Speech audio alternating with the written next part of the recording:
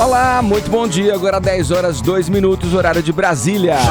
Estamos aqui a postos para mais uma edição do nosso a revista radiofônica da Jovem Pan, que tem informação, prestação de serviço, entretenimento, tudo isso no papo dessa terça-feira, dia 31 de outubro de 2017. Sejam muito bem-vindos. Lula no palanque, no encerramento da sua caravana por Minas Gerais, Lula diz que perdoa os golpistas que fizeram essa desgraça com o país. Que desgraça! Carol Ercolim e Cláudio Tognoli contam pra gente já já. A série que a gente pediu a Deus, ou melhor, adeus à série que a gente pediu. Depois de Kevin Spacey ser acusado de assédio sexual, Netflix anuncia um ponto final em House of Cards. Sobre Meninos e Lobos, o convidado de hoje aqui no Morning Show está preparando um novo álbum, antologia do politicamente incorreto dos anos 80, pelo rock. Daqui a pouco a gente vai levar um papo musical com o sempre politicamente incorreto João Luiz Bordenbach Filho, mais conhecido como Lobão. Esses são os destaques do Morning, que está só abrindo as portas nesta terça-feira. Vem com a gente! Muito bom dia, Carol Ercolim. Muito bom dia, Edgar. Como é que você tá? Tudo bem. Você devia estar aqui, não devia? Nesse lugar. É, né? Acho que sim. Podia. Depois você muda. Mas vou ficar aqui de lado te olhando, porque eu quero saber qual que é a nossa hashtag, né? Vamos lá para os assuntos mais comentados do Twitter, dessa vez com qual tema, Carol? Vamos falar. Hoje tem o nosso convidado aqui, Lobão, já no estúdio. Então a nossa hashtag é justamente Lobão no Morning. Você coloca Lobão com letra maiúscula e Morning também. Aliás, eu coloquei um pouquinho antes de a gente entrar aqui no estúdio já a nossa hashtag, e tem gente comparando o Lobão com o Gandalf.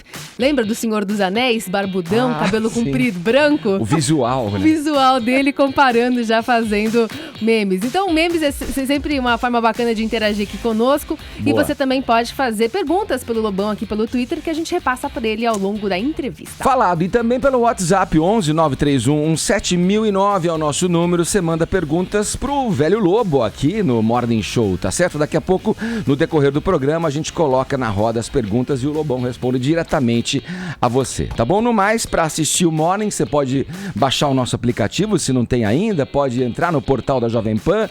Portal da Jovem Pan é o jovempanfm.com.br. Vai lá também no nosso canal no YouTube, youtube.com/Morning Show JP. Aí tem Facebook, Instagram. Vai lá na nossa página do Face, tem conteúdo extra. Se gostar, deixa o seu joinha que a gente fica amarradão. E muito feliz também. Te convido a passar a próxima hora e meia colado aqui na Jovem Pan. O programa tá só começando e tem muito a falar nesta manhã. O ex-presidente Lula encerrou ontem a sua caravana por Minas Gerais. Foram 8 dias em que ele percorreu aí 20 cidades pelo interior do estado. Carol, o petista Lula reservou aí algo especial para o ato em BH. O que você pode adiantar para a gente? O que aconteceu por lá? Ele segurou para ser a cereja do bolo, é isso? Ele abriu o coração, né? Lá em Minas Gerais, como você disse, ele estava nessa caravana aí, foram 20 cidades, uma caravana grande. E aí ele terminou dizendo que está perdoando os inimigos, né? Nesse último discurso que ele fez lá em BH, ele afirmou que perdoa os golpistas e que é perseverante para virar o jogo e trazer a democracia de volta. Ele fez essa referência comparando então a Juscelino Kubitschek, que perdoava os militares após a tentativa de derrubá-lo. Enfim, mas ele voltou a fazer referência e a defender o revogatório, a democratização dos meios de comunicação. Aliás, disse que foi muito condescendente com os veículos tradicionais. Nessa hora ele até olhou para Dilma Rousseff, nos meus 8 anos de governo, nos 6 da Dilma, a gente foi muito condescendente com os veículos de comunicação. Quando a gente voltar, se é que a gente voltar, a gente vai priorizar a comunicação no interior, nos rincões do país, enfim. E aí, nisso, todo mundo começou a falar o nome de uma TV aí, colocando fogo, né, nessa fogueira e acirrando cada vez mais esse discurso extremista. Enfim, também criticou as medidas do presidente Michel Temer, afirmando que ele praticou um aborto no futuro do país. Disse ainda que houve corrupção na Petrobras e a solução não é destruir a empresa que quem paga, na verdade, é o país. Voltou a atacar as denúncias contra a corrupção contra ele, dizer que quem, na verdade, quer de novo um pedido de desculpas pessoal. Voltou a falar sobre isso. E colocou-se à disposição de uma alternativa, né? Quem sabe ele pode ser uma alternativa para 2018? A gente tem um trechinho do discurso dele e a gente pode assistir agora e ouvir também. Depois de 8 anos de mandato, com 87% de boicote, só pode ser obra de Deus. Obviamente que a Dilma ajudou muito na Casa Civil. Vocês ajudaram muito, acreditando e apoiando. Mas por que se o PT não tiver alternativa, se a esquerda não tiver alternativa, eu posso voltar a ser candidato? É porque eu já provei uma vez e quero provar pela segunda vez. Esse país, ele só dará certo. Ele começa a falar da economia e fazer aquele tom nostálgico de que quando eu era governante as coisas eram melhores e descontextualiza a questão, porque naquela época não é só o país, né? O mundo vivia uma outra realidade econômica, enfim. Mas coloca-se de novo como uma alternativa, portanto, para 2018. E essa frase que você termina o teu comentário, Carol, é exatamente o que chama a atenção aí, né, Tonholi? Ele diz aí, aspas do Lula, e se o PT não tiver alternativa, se a esquerda não tiver alternativa, eu posso voltar a ser candidato. Mas peraí, ora o Lula se coloca como candidato. Essa tour por Minas Gerais, que ele já fez no Nordeste também, já é uma confirmação. Independente de quem esteja concorrendo, né? Exato, Edgar? é uma confirmação disso aí, né? Agora ele também diz aí que se não tiver opção, ele diz que pode ser o candidato, né? Mas ele já não é, Tonholi? Esse processo aí, como é que você... O que você depreende dessa posição do Lula aí? Por que ele voltou a falar que é candidato? Eu vou decifrar para você, meu caríssimo ouvinte.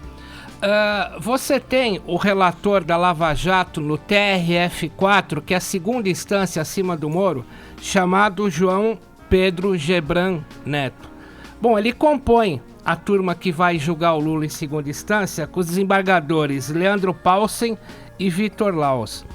Eles têm uma tradição de mão pesada, dos 39 réus que o Moro condenou até agora na Lava Jato, em 34 casos, eles mantiveram o que o Moro fixou, o que o Moro decidiu.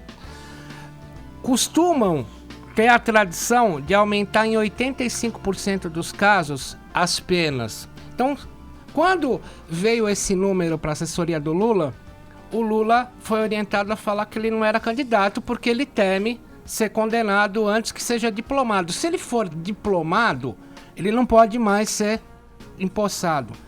Mas, se houver a condenação em segunda instância antes dele ser diplomado em janeiro, caso ele vença, aí é outro papo. Agora vamos decifrar. Chegou aos advogados do Lula a informação que na última quinta-feira, o todo-poderoso e mão forte João Pedro Gebran Neto, o relator da Lava Jato, ele reformou, ele modificou uma sentença do Moro. Eu vou explicar para vocês. O Moro havia decretado a prisão preventiva de um gerente da Petrobras chamado Luiz Carlos Moreira da Silva. Sabe o que o Gebran fez? Na calada da sexta-feira, mandou soltar o cara. Foi contra o Moro.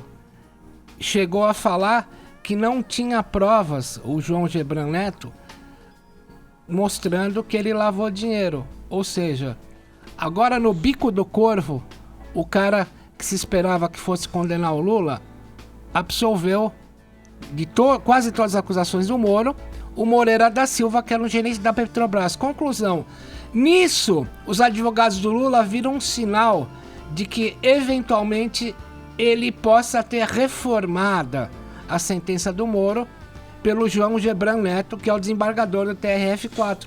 Aí ele mudou o discurso. Foi a partir de uma decisão tomada na sexta-feira. Se o Gebran pegar pesado em outra decisão, o Lula recua. Ele está jogando de acordo com o que o Gebran decide. Ô Carol, e nesse discurso aí, nesse palanque aí em BH, aliás, na turnê mineira toda, né? A Dilma estava acompanhando ali o seu criador ali, né? Nos palanques, falando também, né? Tava ela, Pimentel, enfim, todo o respaldo petista ali em Minas Gerais. A ex-presidente Dilma foi bastante aplaudida aos gritos de volta querida. É interessante a gente lembrar da referência, né, de 2016, do termo, né, que surgiu após uma divulgação dos grampos telefônicos o tchau, lá, né? querida. O tchau querida, enfim, e agora virou volta querida na voz dos petistas. Enfim, mas Dilma afirmou que a justiça está sendo usada como forma de combate político sem fundamento, disse que é uma contradição uma presidente correta e honesta que não cometeu crime nenhum ser afastada por um impeachment fraudulento enquanto políticos golpistas governam, diz que é preciso barrar esse golpe parlamentar comprado com dinheiro de corrupção e ainda demonstrou que na verdade, aquele grau de eloquência que a gente estava outro dia recordando aqui num vídeo que o Tonholi separou aqui pra gente, voltou. Porque ela voltou a falar um pouquinho de Dilmês nesse discurso que ela fez em Belo Horizonte. Eu separei um trechinho só pra gente recordar também, assim, de um grau nostálgico das referências. Tá aqui, dela. cara, vamos ouvir. É claro que um presidente ilegítimo que faz tudo isso não merece o nosso respeito, não merece a nossa consideração. É um golpista e um entreguista do país. Mas essa situação, ela tem da nossa parte um grande mesmo. Ela queria falar culpa, ela ia falar culpa, não ia? Tem uma grande culpa, grande. Não, alguma coisa, né? Aí ela acho que ela deu ficou pensando enquanto segurava ali, grande. Aí ela deu uma grande, Deixa eu ver o que eu vou falar. Um grande. Carol, já não disse pra você editar as sonoras que você coloca no ar pros ouvintes entenderem? Vai ficar um pouquinho menor Vou também, repetir né? isso. Mas enfim, ela tava fazendo uma referência aí das reformas do Temer, enfim, contingenciamento de educação, e aí nesse meio aí o raciocínio deu uma fisgada, né? Vamos lá, Quer falar tem a hashtag, não é? Não, e tem também, na verdade, a questão do Twitter, né? Porque já emendando no assunto Dilma, ela criou também um grande suspense, na verdade que foi desfeito aí na última segunda-feira, dando aí um clima de novela mexicana, porque no final das contas, que rolou? Ela colocou um Twitter no domingo que ficou incompleto, fazendo uma referência ao ex-presidente Lula. Então ele escreveu assim: só uma pessoa com experiência de Lula pode fazer as 3 coisas mais necessárias no Brasil hoje. 2 pontos. Aí, ó, eu até separei lá, isso foi dia 29 de outubro, né? E aí parou. Às 2h47 da tarde. Qual foi o tweet seguinte? Aí o tweet seguinte foi só 16 horas depois. Mas enquanto isso, rolou. Bom, aí imagina quantas pessoas comentaram. Às vezes acontece, gente. Você escreve, mas não envia. Toma uma! Ela parou, acho que ela ficou pensando e tal. E aí algumas pessoas escreveram várias coisas de sugestões, né, pra ela continuar essa frase, e a gente separou algumas delas. Por exemplo, assumir seus crimes, delatar seus cúmplices, nos deixar em paz. Ou fazer Lady Gaga voltar ao Brasil, RBD no Spotify, diminuir o valor do ingresso do Lollapalooza. As pessoas foram completando. Né? Foram completando as 3 coisas que ela realmente gostaria de escrever. E no final, 16 horas depois, a presidente terminou esse raciocínio, que aconteceu na segunda-feira. E aí foi reforçar conquistas que nós tivemos, voltar atrás os retrocessos, restaurar direitos que foram roubados. 3. Fazer nosso povo avançar. 1, 2, 3, 4. Né, Tonholi? Bom, como tenho relatado, Dilma sempre disse: as 4 maiores realizações de Lula foram 3: trabalho e educação. E aí o pessoal, imagina, né? Também começou a pirar nas redes sociais, colocando lá, olha, na verdade não eram 3 coisas, aí você colocou 4, e aí o pessoal começou mais uma vez Grande, você dá aula pra ela? Explica pra Carol. Fosse de aula junto de matemática. Você entende tudo. E aí pegou um pouquinho E mal. eu não entendi muito bem também o voltar atrás dos retrocessos. Também pegou mal essa claro. parte, voltar atrás dos retrocessos. Enfim, ela caiu bem mal isso, porque as pessoas acabaram usando esse tweet muito mais pra tirar sarro, pra fazer brincadeiras, do que levar a sério o conteúdo que ela queria levar à frente dessa mensagem fazendo referência ao Lula. Pegou bastante mal. As pessoas se divertiram. Serviu pra isso. Vamos lá. Girar o assunto aqui. A Justiça vetou um show que Caetano Veloso iria fazer num acampamento do MTST em São Bernardo do Campo, na Grande São Paulo. Tua cidade, né, Vini? Minha terra. A tua terra. Exato. Conta essa história pra gente. O Então, Caetano Edgar, tava já no local, né? Chegando no local pra fazer e não pôde entrar com equipamento, né? Com gerador, né, com os equipamentos, mas aconteceu, né, este ato aí do cantor Caetano Veloso, junto com a mulher dele, a Paula Lavigne, e com outros artistas. Então eles tinham divulgado, né, já esse show às 7 horas da noite, na ocupação Povo Sem Medo, nessa área de 72 metros quadrados aí, que está sendo ocupada por mais de 8 mil famílias, né, Edgar? Porém, uma decisão aí da juíza Idez Del Cid, da Justiça de São Paulo, atendendo, né, um pedido do Ministério Público que foi procurado por vizinhos, por moradores ali da região que estavam preocupados com essa apresentação do Caetano, né? E aí a sentença diz que a área é invadida, que a invasão é ilegal, que há uma ordem judicial de reintegração de posse pendente e que o local também não apresentava segurança, né? Não apresentava aí as autorizações necessárias para comportar um show desse. Olha só também para a nota que eu vou relatar aqui da juíza, Edgar, porque ela acaba até elogiando o Caetano, né? Ela fala assim, ó, Sim, seu brilhantismo atrairá muitas pessoas para o local, o que certamente colocaria em risco estas mesmas, porque, como ressaltado, não há estrutura para shows, ainda mais de artista tão querido pelo público por interpretar canções lindíssimas com voz inigualável. Quer dizer, ela acabou até elogiando o Caetano aí nessa decisão, mas impedindo que o show dele fosse realizado e ainda emitindo também ali uma multa de R$500 mil em caso de descumprimento dessa decisão. Então, como eu disse, foram outros artistas também, como Aline Moraes, Sônia Braga, Letícia Sabatella, a Marina Persson, o Criolo, o Emicida, né?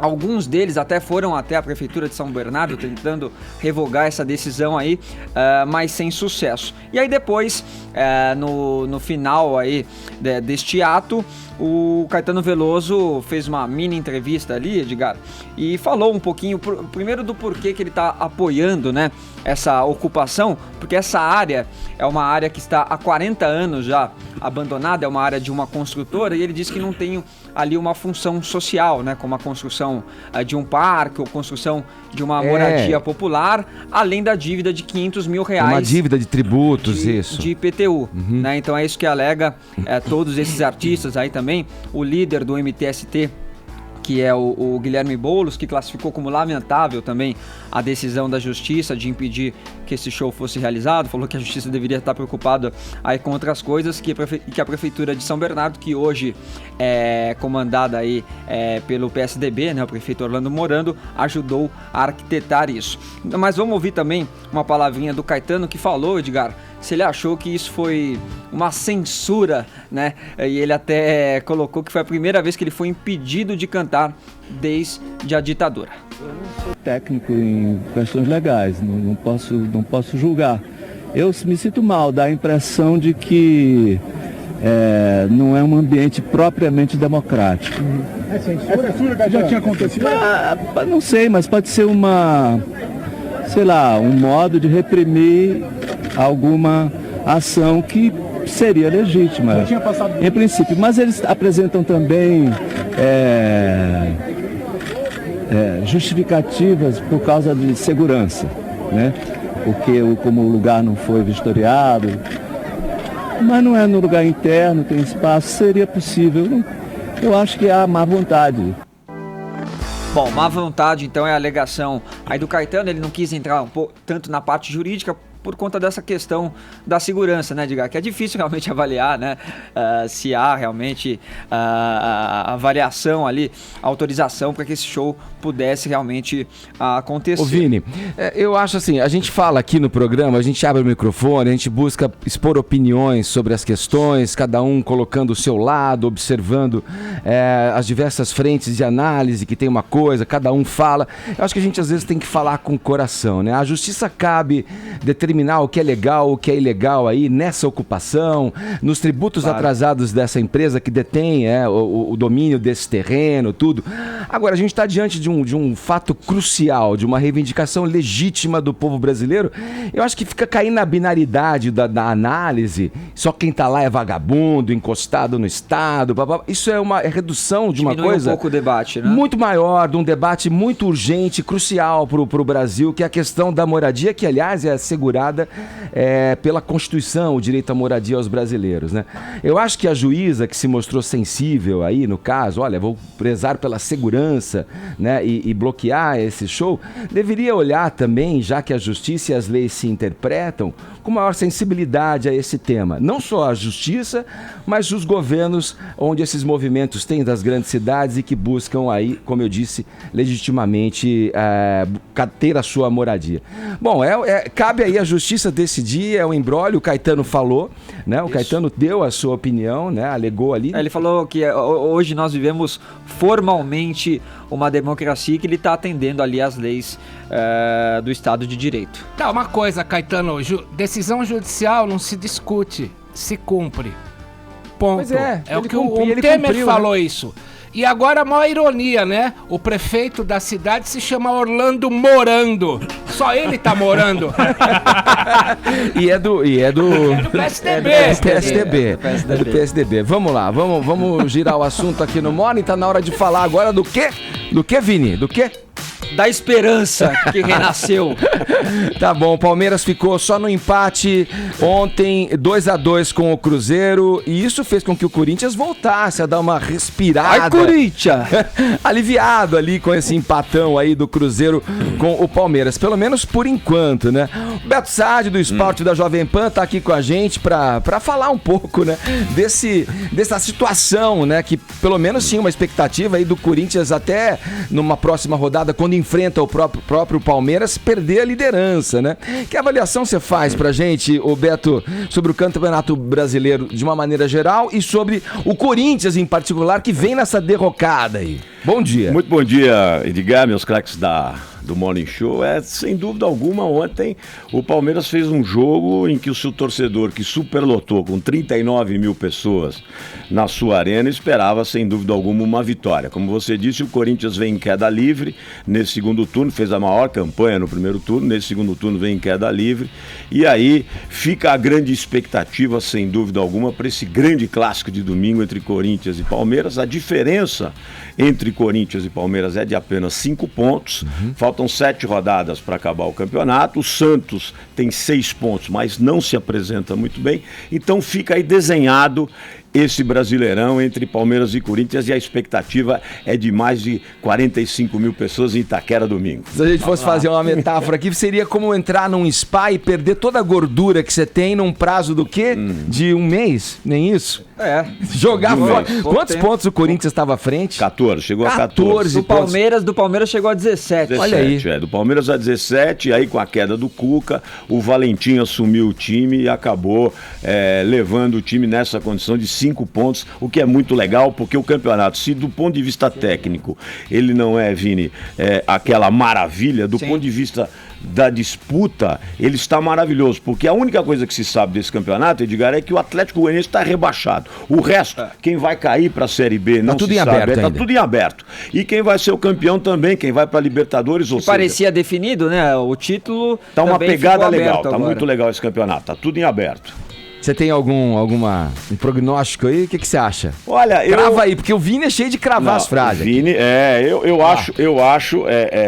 Se a gente levar em consideração o que aconteceu no Campeonato Paulista, que quando o Corinthians jogou com o Palmeiras e venceu por 1-0 o gol do jogo, foi a grande virada, não é? A quebra de paradigma do Corinthians esse ano na temporada, e o Corinthians foi campeão paulista. Nesse momento, o Corinthians vem em queda livre e o Palmeiras vem numa ascensão, apesar do empate de ontem. Acho que o empatezinho cabe bem pra todo mundo. Roberto, uma pergunta. Diga lá, Tom. Ficou em cima do muro.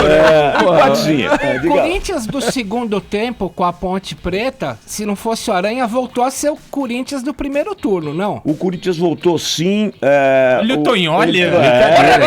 Aí, galera! Entrou. A pergunta é pertinente, porque entrou no segundo tempo o Cleison, deu uma animada no time, o time voltou com uma pegada diferente, e aí entrou a mão do Carille, que foi muito legal, porque o Carille entrou, mudou o time, e se não fosse o Aranha, o Corinthians teria vencido. E ontem, se não fosse o Fábio, o goleiro do Cruzeiro, o Palmeiras também e foi teria prejudicado vencido. Pela arbitragem? Eu acho que sim, num pênalti no Queno, há muita reclamação, e também o Borja, ele empurrou o defensor do Cruzeiro, e aí fez o gol, o árbitro anulou, criou sim uma grande celeuma ali naquele momento, mas enfim, foi 2-2, o resultado tá legal.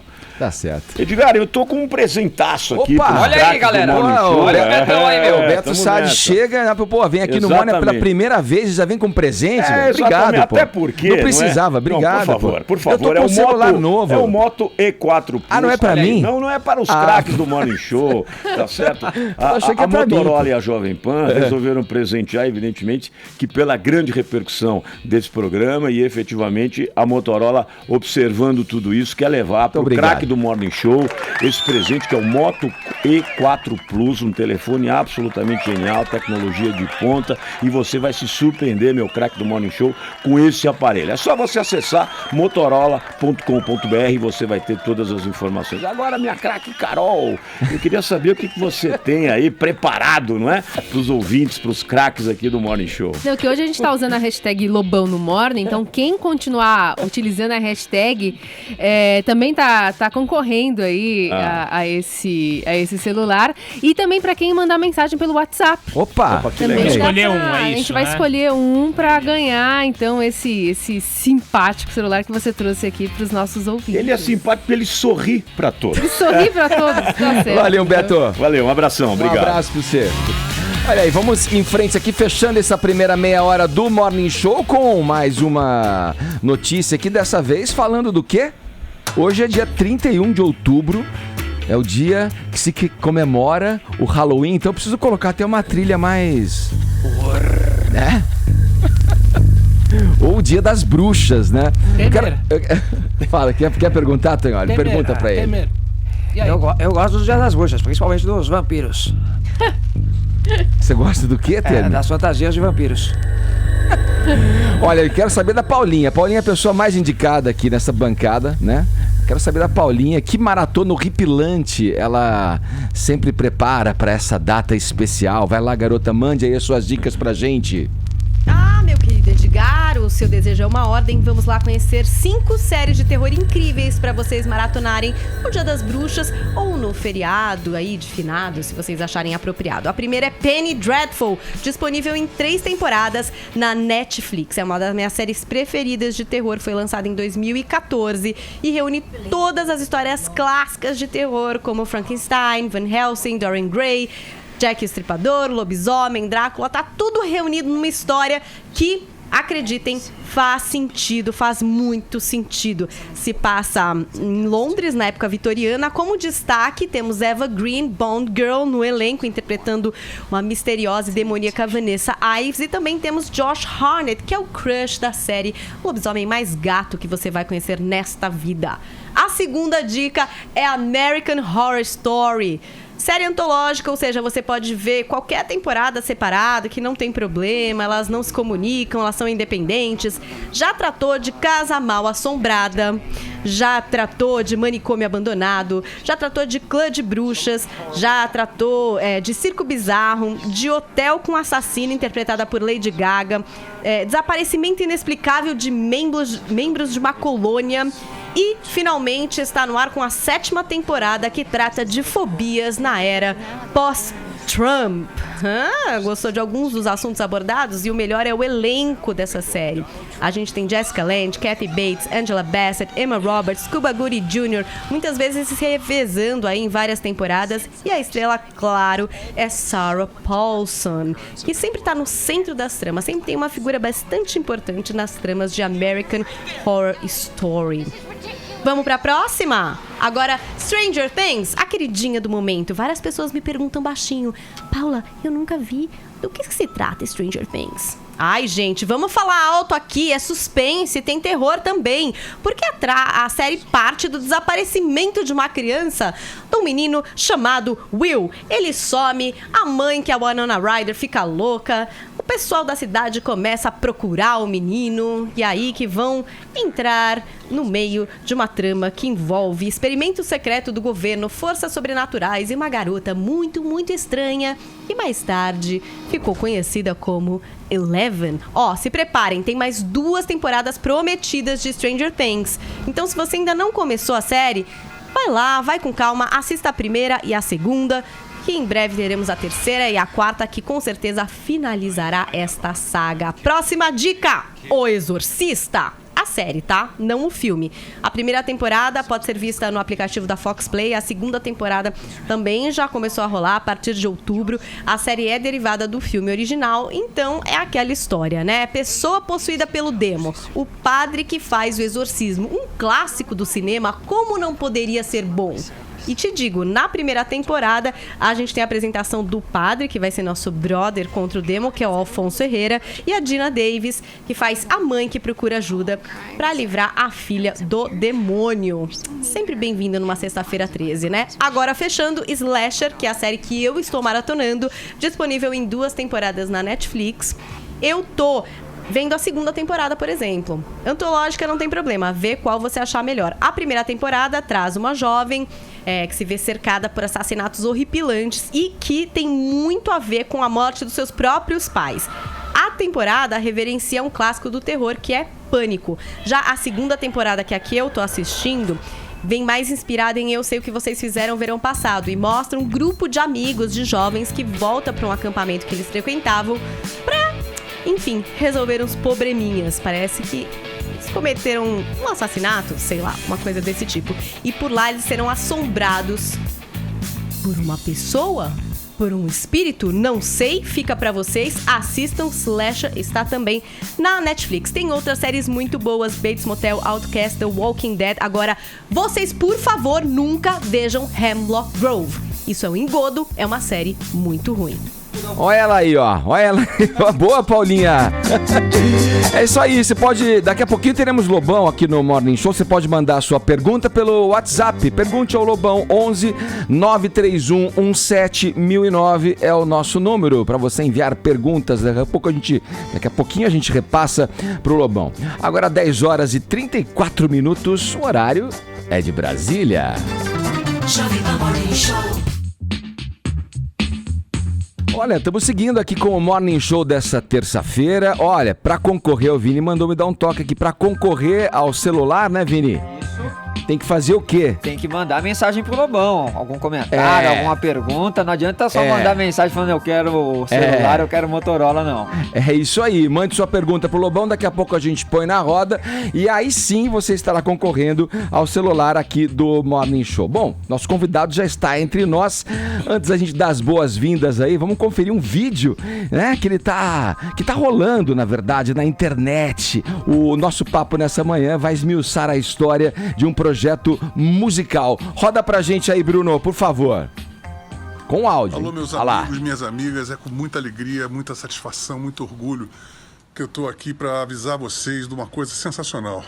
Aqui abaixo desse simpático advertising, tem todas as instruções para vocês fazerem parte dessa aventura que vai ser ouvir e obter esse projeto do Antologia Politicamente Incorreto dos anos 80 pelo rock. São 24 canções feitas pelos nossos queridos músicos participantes, Lobão e Eremitas da Montanha.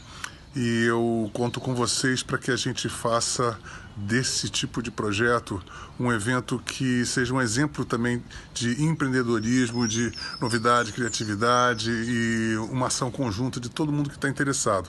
Nós que estamos fazendo e vocês que podem consumir. É isso aí, meus amigos, e vamos fundo. Aí, antologia politicamente incorreta dos anos 80 pelo rock. Lobão, o que a gente precisa saber sobre esse projeto? Seja bem-vindo. Bom dia, rapaziada. Bom dia, Edgar. Bom dia a todos os participantes da mesa. Estou muito feliz de estar aqui. Bom, eu estou muito feliz de estar lançando novamente um outro projeto depois do último disco, que foi o Rigor e Misericórdia, pela Kikante, via crowdfunding. E que ganhou um prêmio, inclusive, por uma coisa que me deixou muito feliz e orgulhoso. E esse disco, ele foi feito, a diferença é que o Rigor e Misericórdia foi um disco eremítico, e agora eu estou fazendo um disco de banda com os eremitas da montanha. Um disco autoral, né? É um disco autoral. E agora esse é um disco com releituras de clássicos dos anos 80, podemos dizer assim? Eu acho que é o seguinte, ele é um complemento, basicamente, do Guia Politicamente Incorreto, que é o livro que foi lançado em julho. E que foi a catapulta, foi o que realmente me motivou a fazer esse disco, que é uma maneira totalmente improvável, que eu comecei a fazer o livro querendo detonar os anos 80, eu tenho vários traumas dos anos 80, e no meio da escrita do livro eu percebi várias coisas muito valorosas, como as letras, as canções. Na verdade, foi o período que mais se produziu canções excelentes dentro do cancioneiro popular brasileiro. Então eu percebi que eu tinha uma dívida. E não somente isso, como acho que é uma das piores mazelas dos anos 80, não só o rock dos anos 80, mas os discos brasileiros em geral são muito mal gravados. Mas como o rock requer uma sonoridade, se você tiver um rock com uma sonoridade ruim, é muito difícil você ter um rock. Então o rock fica muito prejudicado com uma sonoridade ruim.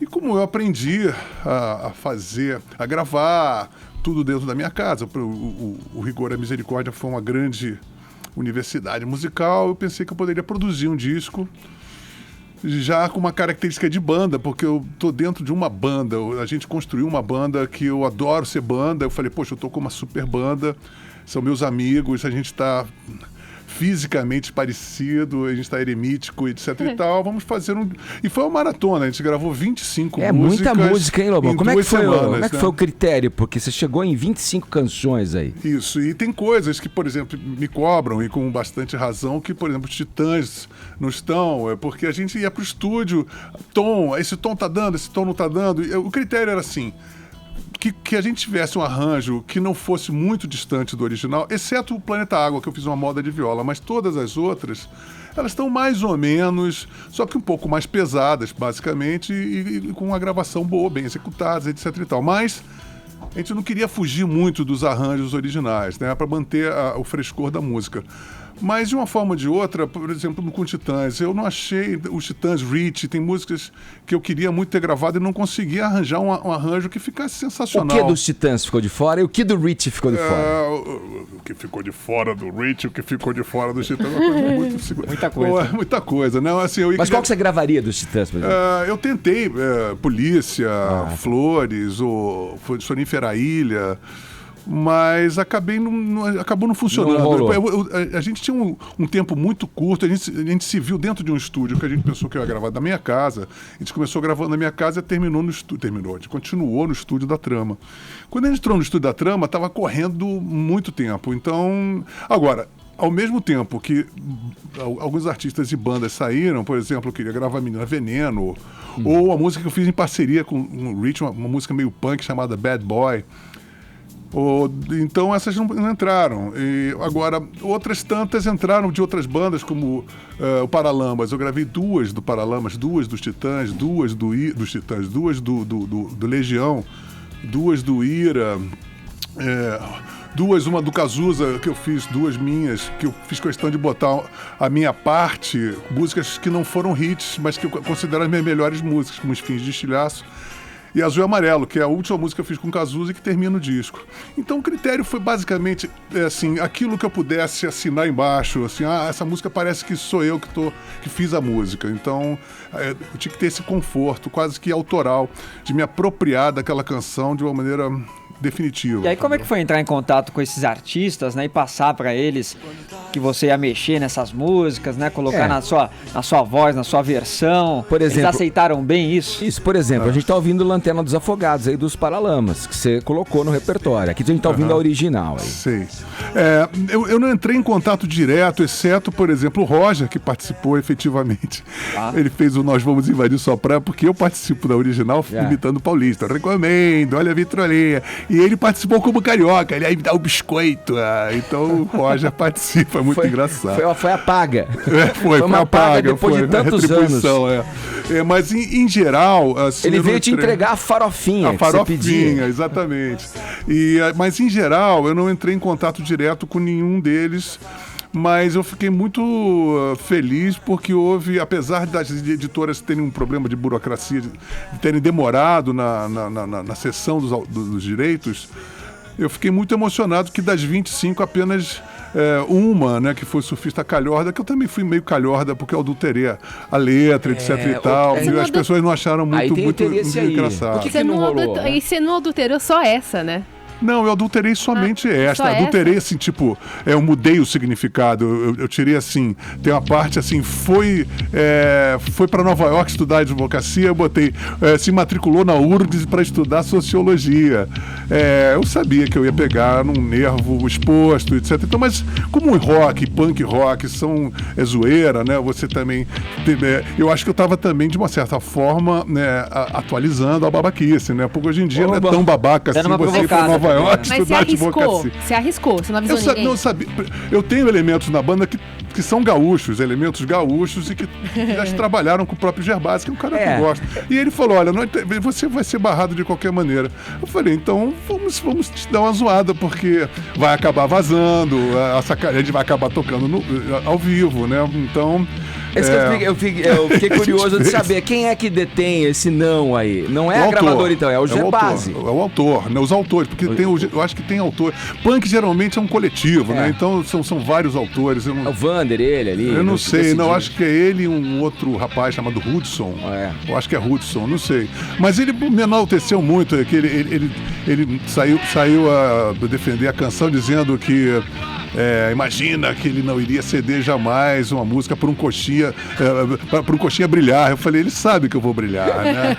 Mesmo não sendo um coxinha. Qual a música que deu mais trabalho qual a música que deu mais trabalho refazer de todas essas 20 e poucas? Olha, talvez o Planeta Água, que eu fiz uma moda de viola, eu tive que cantar duas vozes, tipo assim, Lobão e Lobinho, né? Uma moda de viola tipo Renato Teixeira, tipo Pena Branca e Chavantinho, então alterou muito a estrutura do arranjo, né? E Leve Desespero, que você me trouxe, né? A gente gravou no fim de semana lá em casa, você me deu aqueles acordes, e eu não tinha ouvido ainda a música, então eu tive que tocar lá toda. Eu toquei baixo, fiz os arranjos todos. Eu acho que o melhor baixo que eu gravei na minha vida é nessa música, porque eu tirei um bom som de baixo mesmo, graças à sua pessoa, que fez um tremendo arranjo de arpejo. Né? Ele deixou a unha crescer pra fazer esses arpejos com essa sonoridade. Olha aí, a unha do Lobão. Pera, deixa eu colocar. Foi o início, a abertura, você que faz, Tonho? Olha, isso é o endomarketing aqui no Morning Show, olha aí, ó. Vote em mim.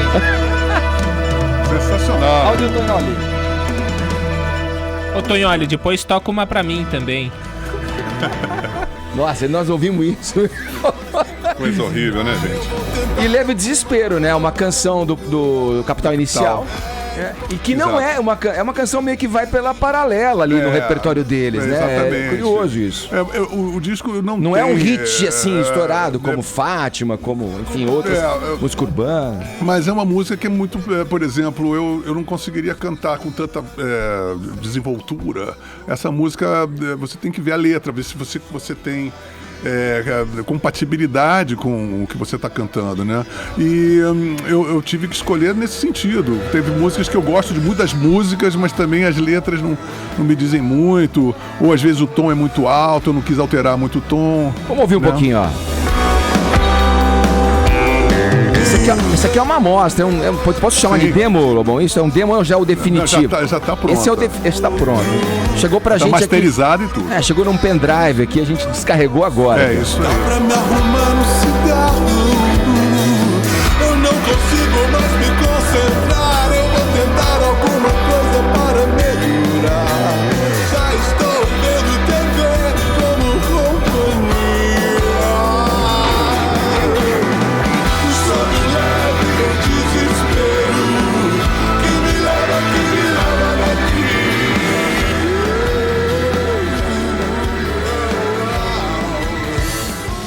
Boa, essa é uma delas. A gente falou de Lanterna dos Afogados. Ô Lobão, você teve aquele entrevero com o Herbert algum tempo atrás. Não, não é um entrevero. Eu fiquei 30 anos odiando o Herbert. Eu acho que a pessoa que eu mais odiei na minha vida foi o Herbert. Não foi um entrevero, foi uma coisa seríssima. Como é que foi puxar uma música deles? Não, foram duas. Como é que foi o papo com eles? Não teve papo nenhum. Não teve papo nenhum e simplesmente eles foram muito corteses em liberar a música para eu poder gravar. Eu não tive nenhuma aproximação com ninguém. E nem vai ter? A partir desse passo? As pessoas têm que entender que eu não sou nenhum esquizofrênico, né? Não, nem é isso. O disco, como se é um complemento do livro, as pessoas que lerem o livro vão entender o porquê de eu ter gravado todos esses discos. É uma leitura que é quase que obrigatória para você entender o porquê que eu estou fazendo aquilo de fato, né?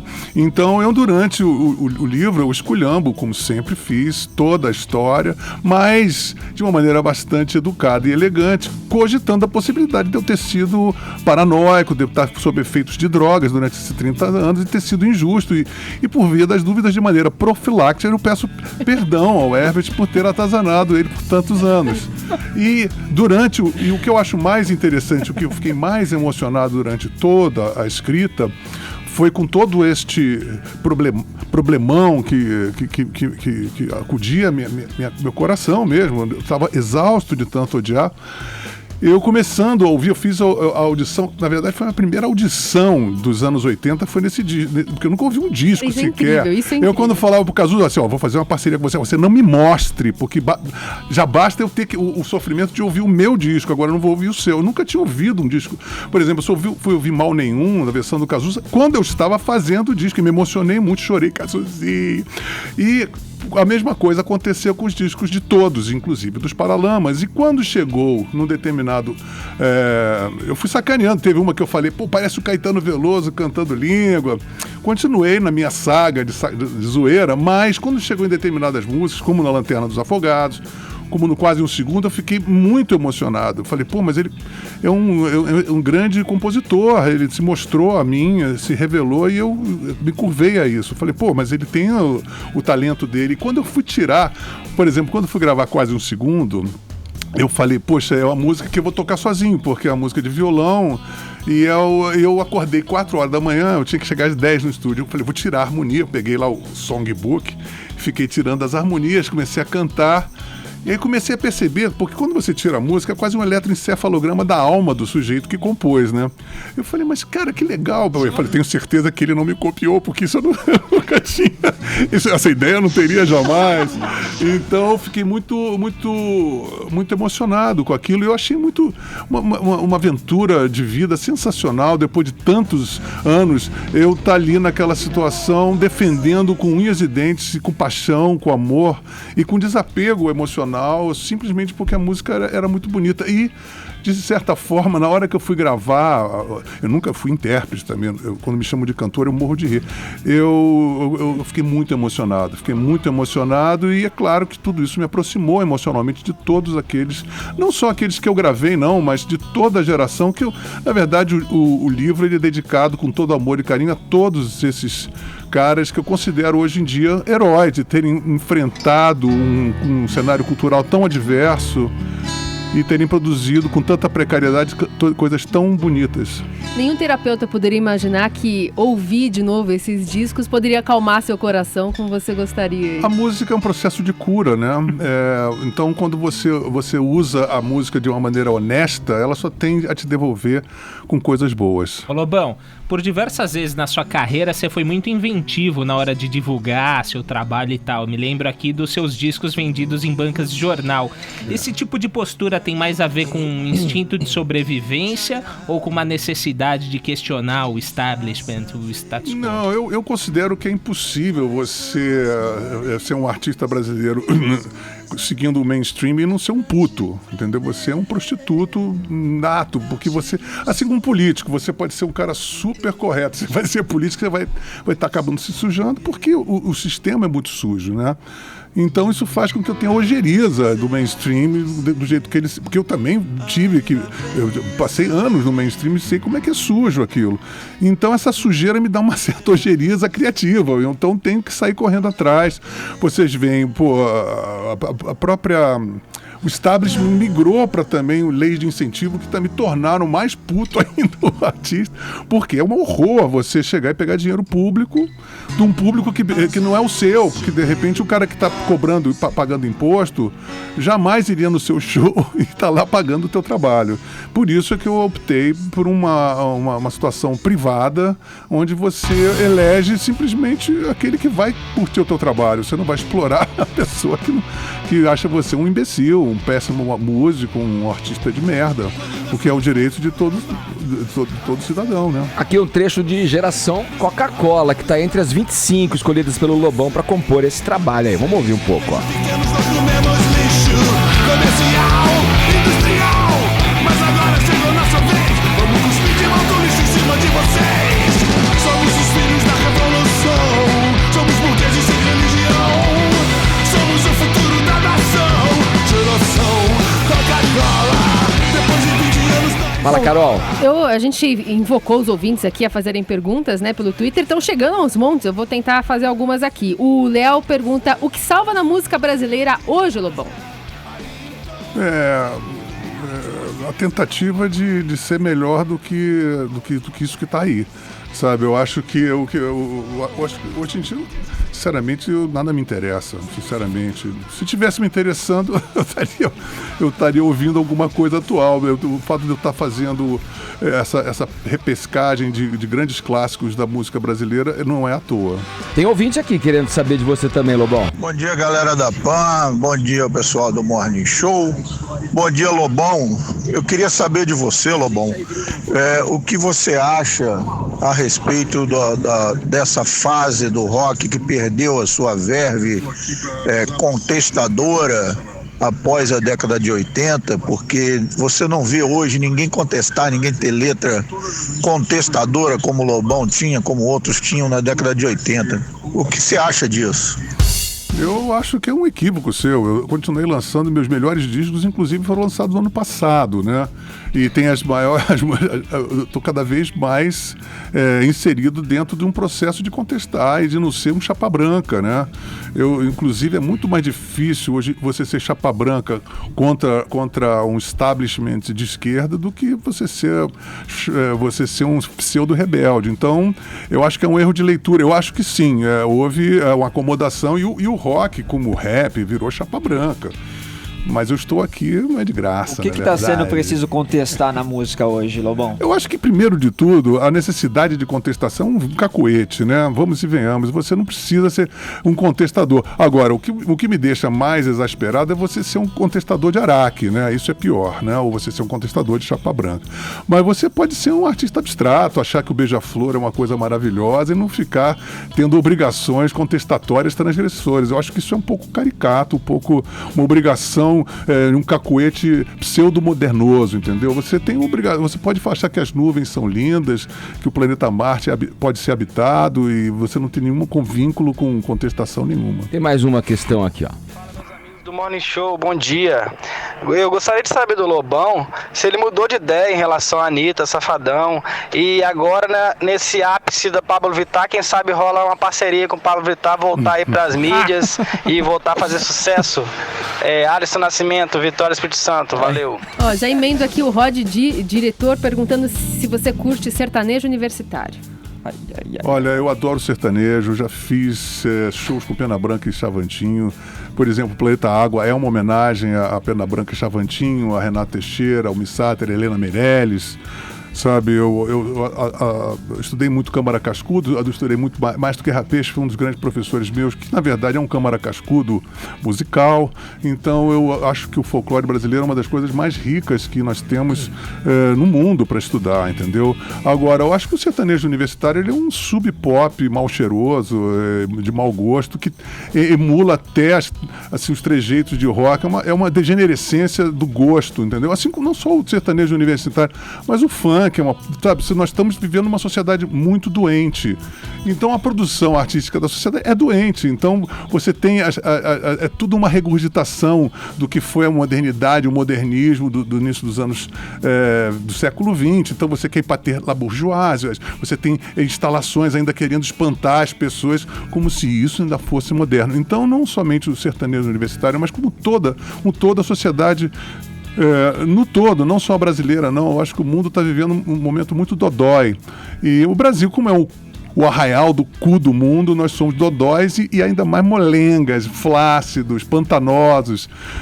Então isso piora toda a produção, se é que é possível dizer, artística no Brasil. A gente já segue no Papo com o Lobão. Quem é que tá aí do nosso cast pra dar a hora certa aí? Tô gostando muito da entrevista com o Lobão, viu, Edgar? Tá gostando? Vai, Gabi. 11 horas, horário de Brasília.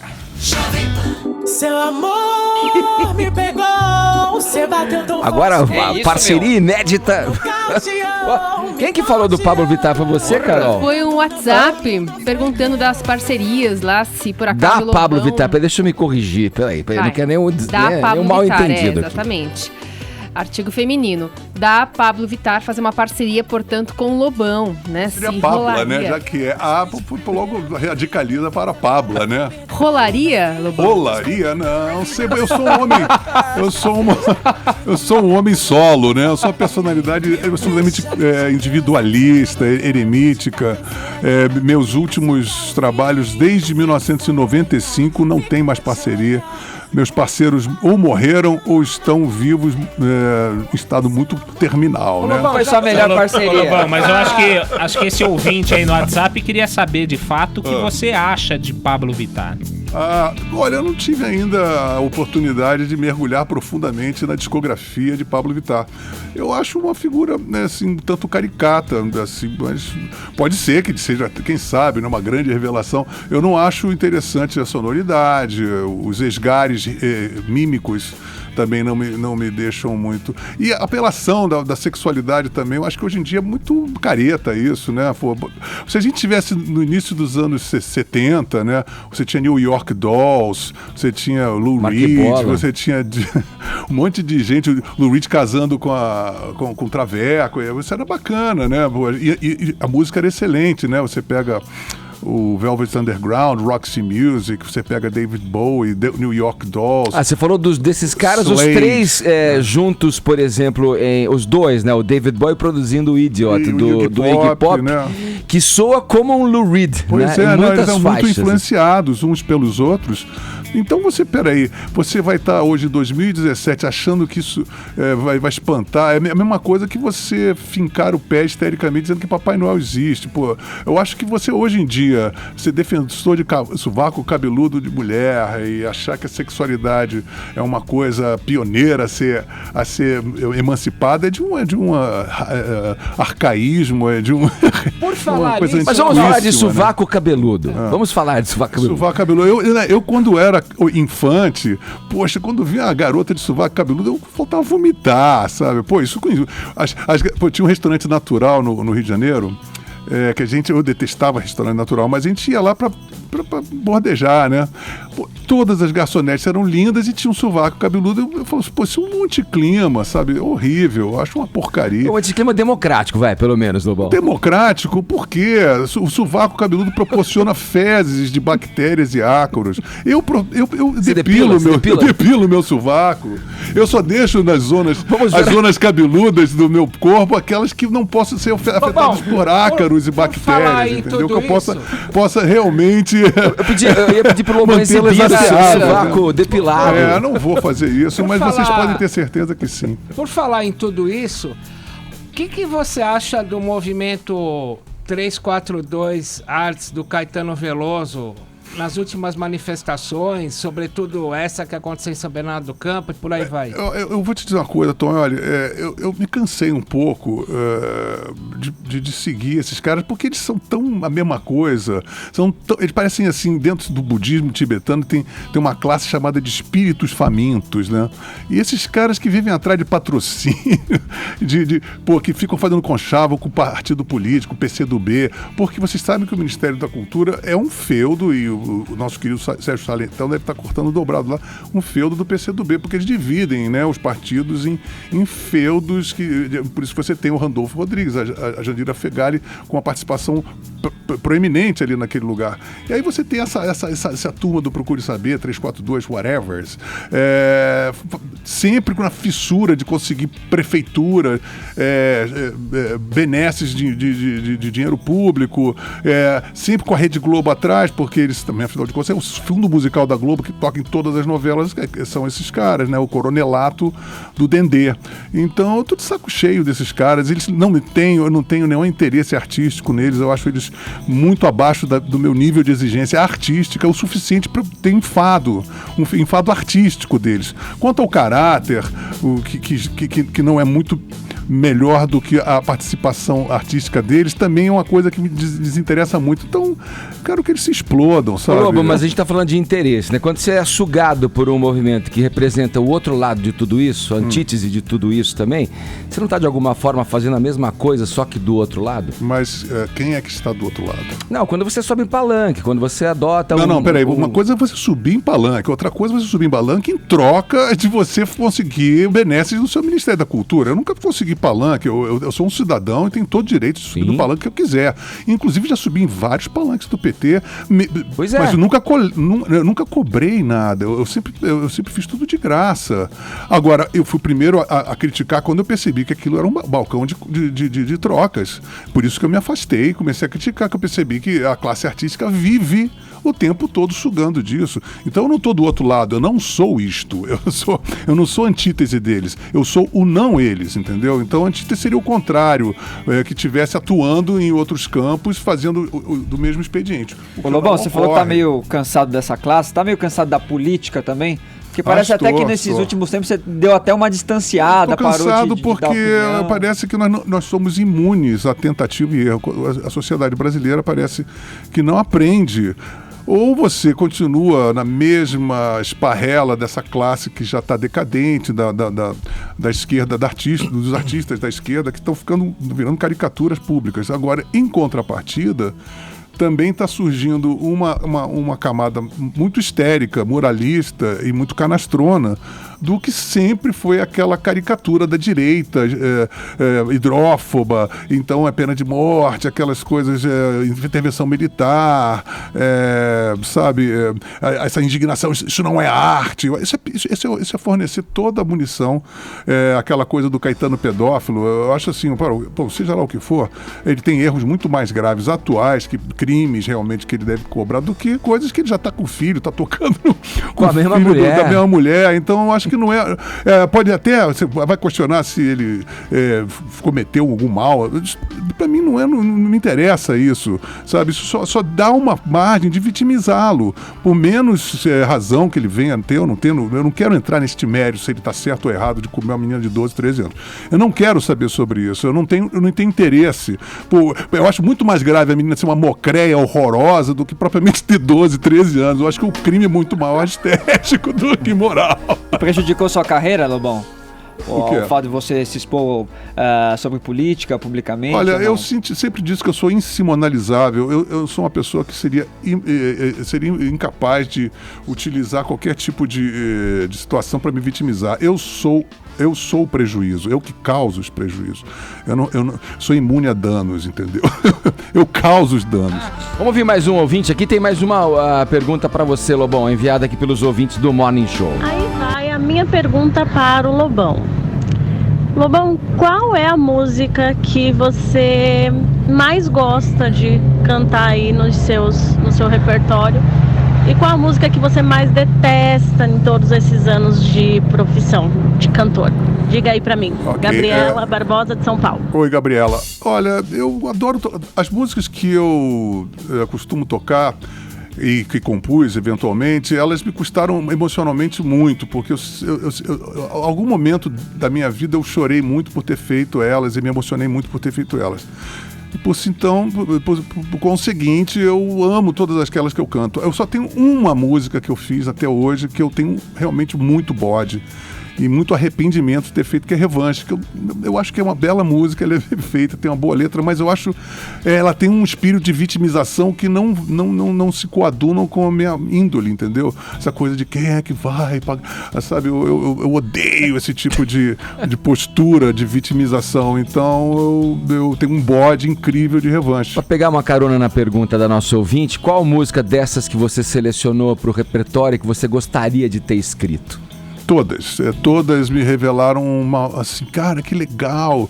Eu gravei as dos Engenheiros do Havaí, eu fiz uma Somos Quem Podemos Ser, a gente fez com um invólucro meio Clube de Esquina, meio Wagnetismo, meio Toninho Horta, foi muito saboroso. Olha, a gente ficou querendo ouvir, tem só 2 faixas pra gente ouvir, a gente já ouviu Leve Desespero. Mas foi muito... Tá no forno ainda? As do Herbert também eu fiquei muito emocionado. O Tempo Não Para, do Cazuza, eu só faltei me debulhar, sabe? Eu chorei muito para fazer as músicas. E é engraçado que eu não sou intérprete, eu não sou cantor, mas a característica de gravar essas 25 músicas, eu gravei tudo num take.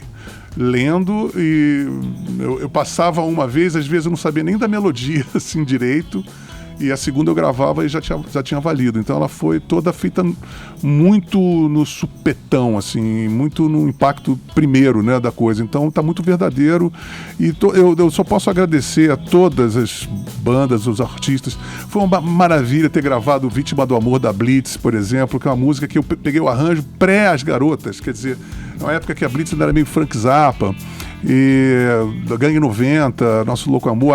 O disco começa em ordem cronológica, então começa com O Rameu, e ela tem a vestimenta do rock and roll do Led Zeppelin. Então eu tô muito feliz de poder ter tido essa aventura redentora de poder gravar esse disco.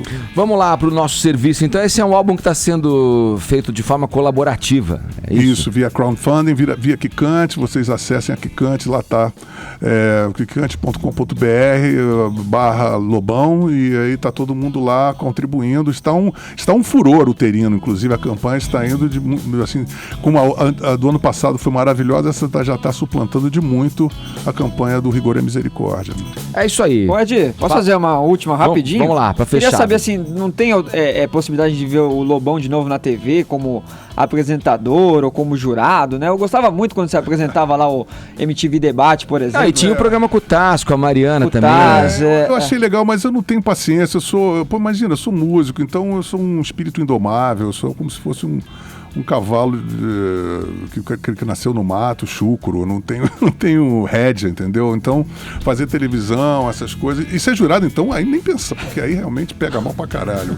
Depõe contra o rock and roll de qualquer pessoa ser jurado de The Voice, essas coisas, não, pelo amor de Deus. Tá aí, Lobão falando com a gente nessa manhã de terça-feira aqui no Morning Show sobre a antologia politicamente incorreta dos anos 80 pelo rock, que você pode contribuir, como o Lobão falou, pelo Kikante. Pela Kikante. É só acessar kikante.com.br/Lobão, e tá lá a campanha. Tem vários planos, tem um vinil edição de luxo, vinil duplo edição de luxo, tem CD duplo edição de luxo, pendrive, todas as plataformas digitais, camisetas, bonezinho, souvenir, palheta e o esquembal. Boa, valeu, Lobão, obrigado, sorte aí. Eu agradeço a todos, valeu pelo carinho, beijoca para todos. Quem é que tá aí pra dar a hora certa aí pra gente? Eu ouvi todas as músicas do Lobão, 11h18, horário de Brasília. Ah, tá certo, e a gente vai mais um trechinho aqui de Leve Desespero, que tem a introdução de este que compõe a bancada, Cláudio Julio Tonioli.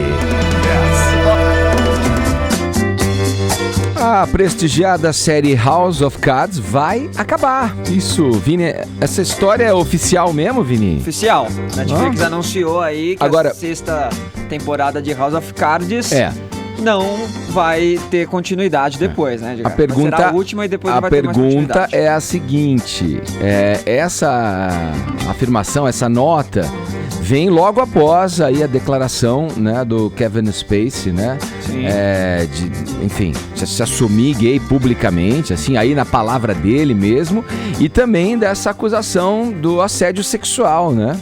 Do Anthony Rapp, né? Tem alguma coisa relacionada entre essas coisas ou não? Não, a Netflix não anuncia oficialmente. Mas você acha que existe que uma relação? Não, eu também acho que não, Edgar. O que eu acho é o seguinte: havia já a expectativa de que a série não continuasse mesmo, até porque na 5ª temporada, lembrando que House of Cards foi a primeira série da Netflix e que ajudou a alavancar aí, né, a marca, né?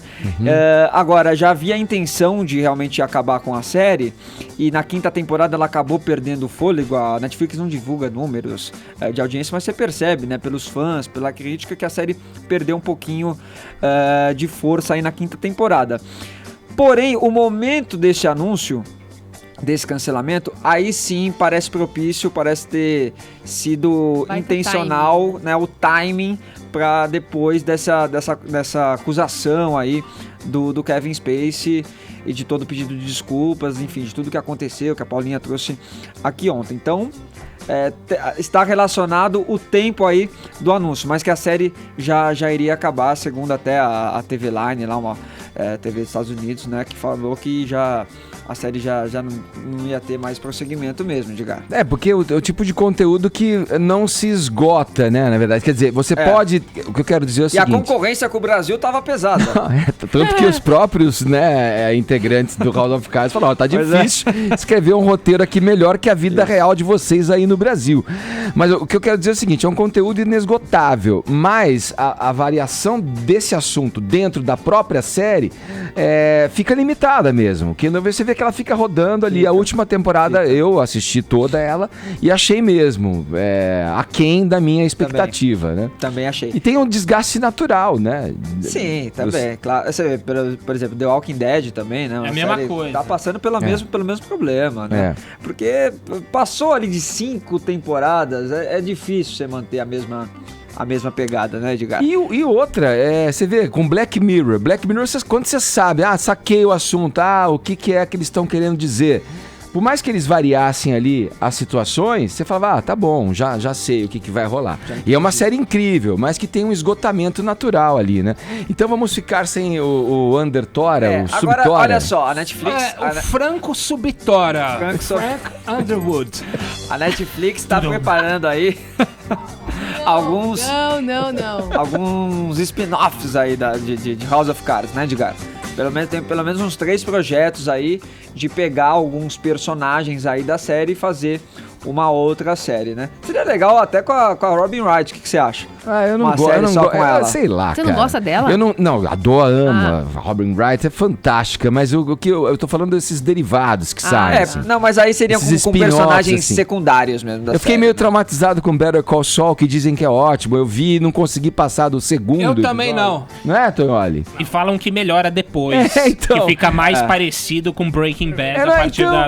A 7ª temporada melhora. Eu vi só a primeira, o 2 da primeira. Dizem que melhora depois. O spoiler. O spoiler é um protetivo. Peraí, velho. Pra gente que não tem muito tempo de assistir coisa, você vê um spoiler, o cara já fala, melhora só no 7º. Eu defendo spoiler. Vini, a pergunta de $1 milhão agora no mundo das séries é quando vem a 2ª temporada de Ozark, sabe não? De Ozark? Deve ir só no ano que vem, né? Não, peraí, eu tinha lido a respeito, eu também estou esperando. Ansiosos. Foi muito boa. Assim como a 6ª e última temporada de House of Cards, que já está sendo gravada, terá 3 episódios e se encerra, portanto, em 2018. Agora, realmente a vida do Kevin Spacey não tá fácil, Edgar. A Academia Internacional das Artes e Ciências Televisivas, que é responsável pelo prêmio Emmy, decidiu revogar aí uma homenagem que seria feita ao Kevin Spacey após ele ter sido acusado aí de assediar sexualmente o ator Anthony Rapp. E também, então, um prêmio aí que seria entregue no dia 20 de novembro em Nova York, né? Um prêmio honorário entregue a artistas que atravessam barreiras culturais para tocar a humanidade. Não será mais, então, feita essa homenagem a Kevin Spacey. Estamos na reta final aqui, tá na hora de... Vamos lá, quem será que vai levar? Tô curioso para saber quem vai levar esse esse aparelho, esse dispositivo móvel de última geração, última tecnologia, anunciado aqui pelo Beto Saad, quando veio falar de esporte, de futebol, mais precisamente, aqui no Morning dessa terça-feira. Já temos aí um vencedor, Carol? Você que vai anunciar? Já temos. Aliás, foi pelo conjunto da obra. Porque... Vou fazer um suspense, então. Vai. Atenção. Pelo conjunto da obra e pela participação pelo programa inteiro aqui, o Rod Diretor, pelo Twitter. O cara é diretor e vai ganhar. Pô, dá pro cara do almoxarifado, pô. Dá pro boy, né? Não, ele interagiu conosco aqui durante todo o programa, mandando perguntas pro Lobão, enfim, interagindo, portanto, vai ganhar o nosso celular. Ouvinte das antigas, né? Pega o endereço dele, ele vai passar a gente vai mandar mensagem direta aqui pra ele. Deu e bem, hein? A gente vai entrar em contato, portanto. Parabéns, Rod. Agora, pelo WhatsApp, continua o prêmio, né? O kit Morning Show normal, sem o celular. E quem é que tá aí agora? Vamos ver um que faz tempo que não vem, pelo amor de Deus. O Juliano Fuch. Juliano Fuch. Loucura.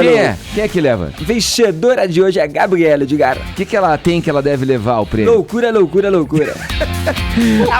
O arranjo do Cláudio Toioli ficou perfeito. Amanhã a gente volta a partir das 10 aqui na PAN. Tchau. Jovem Pan Morning Show.